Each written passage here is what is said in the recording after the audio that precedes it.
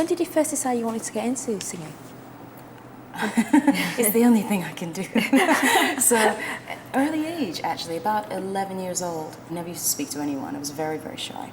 And the only way I communicated or had any reaction from people, any kind of response, was by getting up and singing at family dues. And then, you know, other friends would come around and it just went on, and everyone was saying, wow, God, powerful voice for an 11-year-old. And got to the age of 14 and thought, I'm going to try a talent competition and see if it's not just my family and friends being biased. Yeah. And it started from there. You actually had your first big break with Quartz, didn't you? Yeah. How did you get involved with those?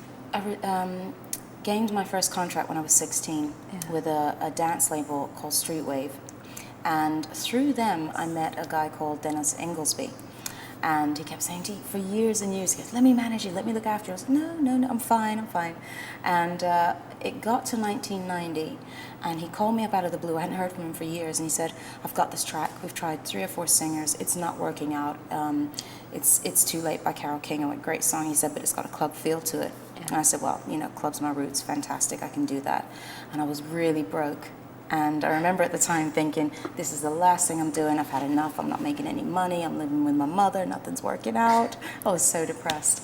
And so he said, yeah, 250 quid in your pocket, darling. I was like, yes, okay, that's it. And then I'm off, go and find a normal job. Went in and did it. And the record company, for the guys, heard it. I didn't have a contract at the time. And went wild for it. And the next thing I know, you know, we were working it, and it went to number 8 for weeks. Wow. So I got 250 quid in the foundations of a new career.